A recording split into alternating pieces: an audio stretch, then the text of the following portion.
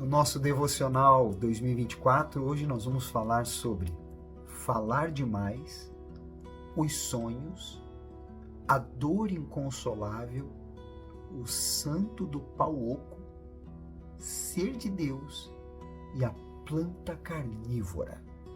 Dentre outros assuntos, é claro, que estão dentro de Gênesis, capítulo 37 ao capítulo 39. São capítulos importantíssimos que falam sobre o momento crucial e decisivo na história de Israel, dos filhos de Israel, mais precisamente de José. Seja muito bem-vindo aqui ao nosso devocional. Se você ainda não nos segue, siga-nos aqui nesta rede social e envie para o maior número de pessoas este vídeo, que, como vai beneficiar você, também vai beneficiar a estas pessoas. Quem está acompanhando o nosso devocional deve ter observado que quando fala sobre a genealogia de Esaú, são muitos e muitos versículos, falando sobre cada um dos seus príncipes, filhos, o seu clã, os seus filhos, seus netos e assim sucessivamente.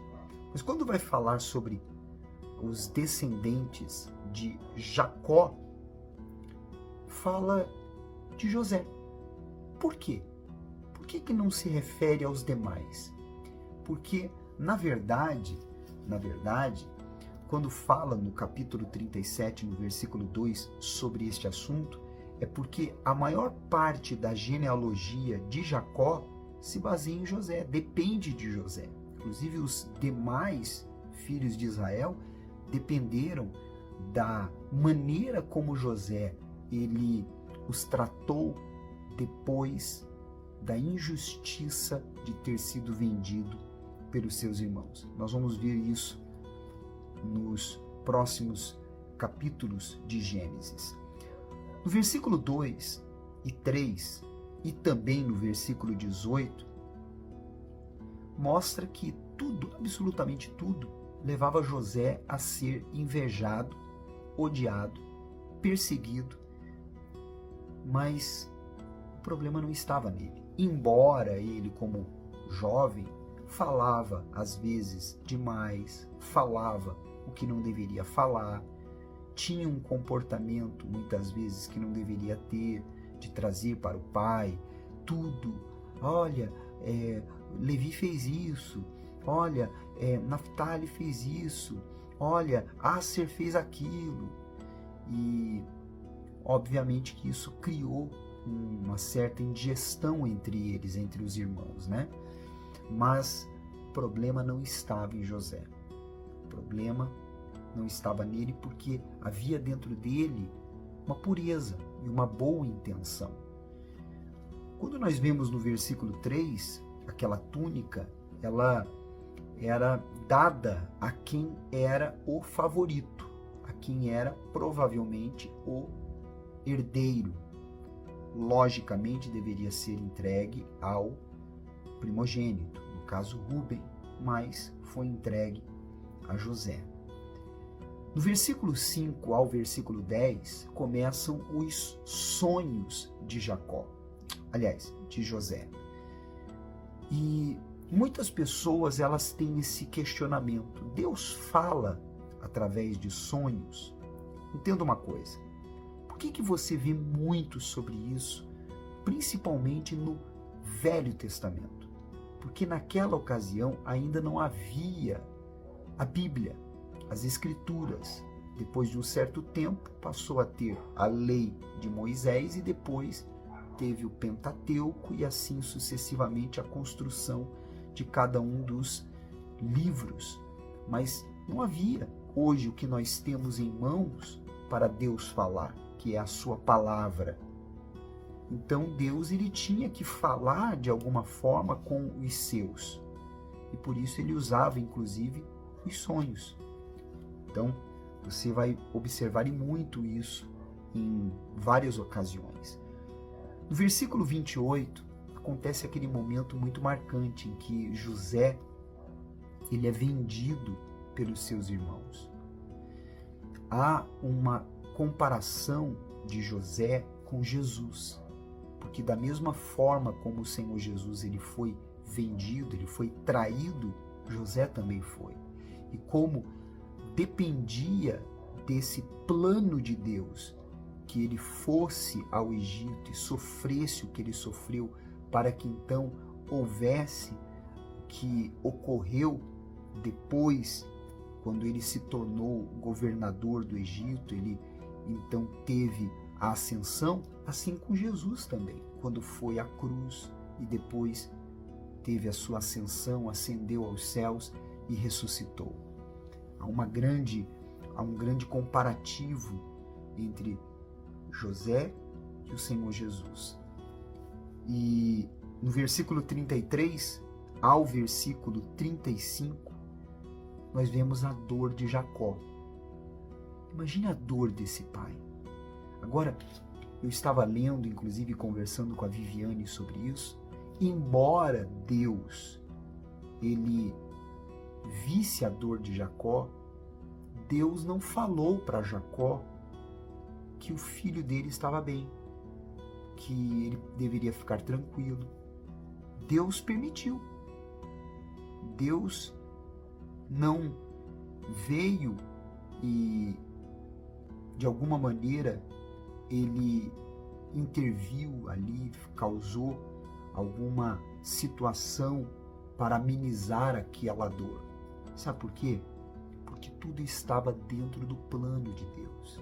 Às vezes você vivencia situações que você enfrenta uma grande dor, mas você é de Deus.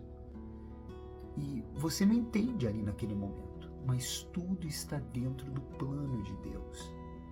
Para lá na frente ele poder revelar aquilo que ele estava projetando e planejando.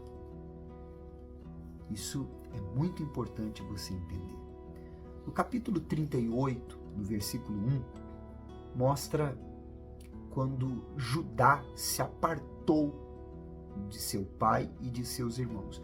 A palavra apartou, ela tem uma referência à divergência entre, provavelmente, os irmãos, por causa de todo aquele conflito pelo que foi feito, né, com José, e por também ver a dor do pai, né, que ele com certeza estava vendo Jacó completamente moído pelo que havia acontecido, pois ele era o filho preferido de Jacó, aquele filho amado, como diz a palavra, porque era o filho da velhice, né?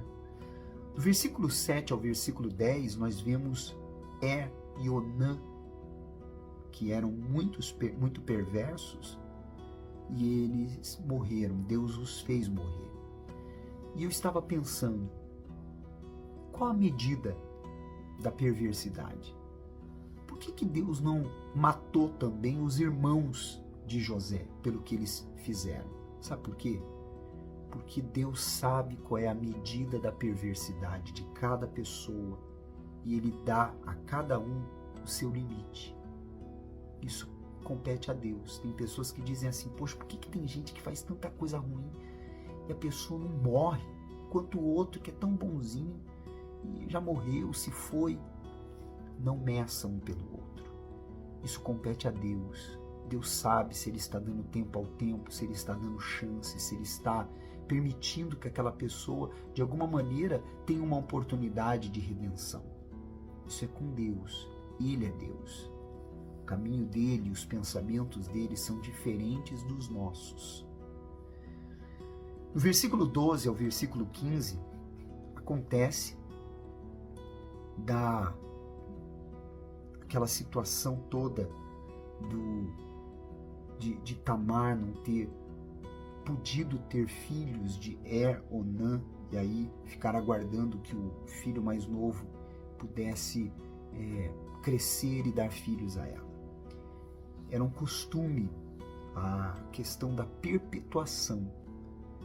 Mas depois da lei mosaica, e você vai ver isso mais à frente, o irmão passou a poder escolher entre casar ou não casar. O rosto vendado era um costume das prostitutas cultuais, que elas demonstravam uma certa adoração e reverência aos deuses Azerá e outros deuses. No versículo 23 e 24 do capítulo 38, nós não sabemos se Judá foi em busca de prazer sexual, até porque ele foi para tosquear ovelhas, ou se ele tinha uma certa inclinação aos deuses pagãos. Nós não sabemos, até porque ele fala um pouco sobre isso mais adiante também, sobre ela ser uma prostituta cultual. Mas tanto um quanto o outro são opróbrios aos descendentes de Israel. Por isso que ele agiu daquela maneira, fugindo, se esquivando. E por outro lado, vemos aí a atitude que ele tomou de querer apedrejar Tamar. Quantos que apontam o dedo, mas cometem erros também. Isso é tão triste, é tão doloroso. Pessoas que se colocam como santas do pau oco, fazem coisas erradas, mas vivem apontando o dedo para os outros. Que Deus tenha misericórdia destas pessoas, como teve de Judá, que na hora caiu em si e viu o erro que ele estava cometendo. No versículo 26 mostra que era mais vergonhoso a esterilidade do que ser mãe solteira naquela época, por isso que ela agiu daquela maneira. E interessante no versículo 29 que Pérez, o primogênito de Tamar, foi dele que foi gerado, veio a descendência do rei Davi e do Senhor Jesus. Olha que glorioso, né?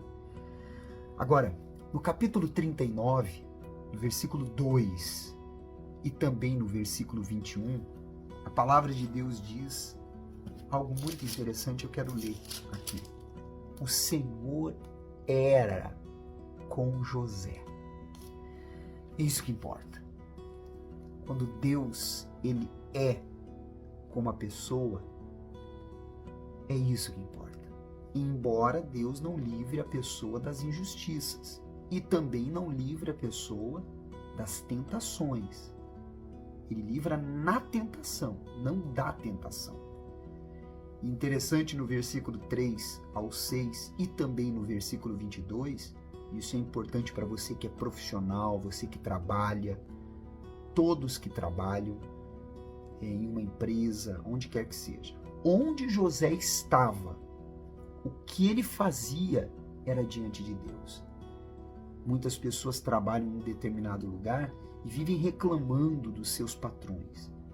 Faça para Deus o que você faz. Como José, que onde ele estava ele fazia para Deus, na casa de Potifar, ou dentro da prisão, ou até diante do governador. Ser de Deus, versículo 7, mostra isso. Não nos livra de sermos tentados. Não havia lei naquela época, mas Deus já havia colocado na consciência do homem o que era certo e errado. Imagine nos dias de hoje. Não é verdade? Está diante de nós o que é certo e errado. E no versículo 13 nos mostra o quanto é podre a tentação. A mulher de Potifar era uma verdadeira planta carnívora. Podia ser muito bonitinha, mas era o diabo vestido em forma de mulher. Por isso, vigie com as tentações que aparecem diante de você. Amanhã estaremos de volta. Você é especial para Deus. Até a próxima.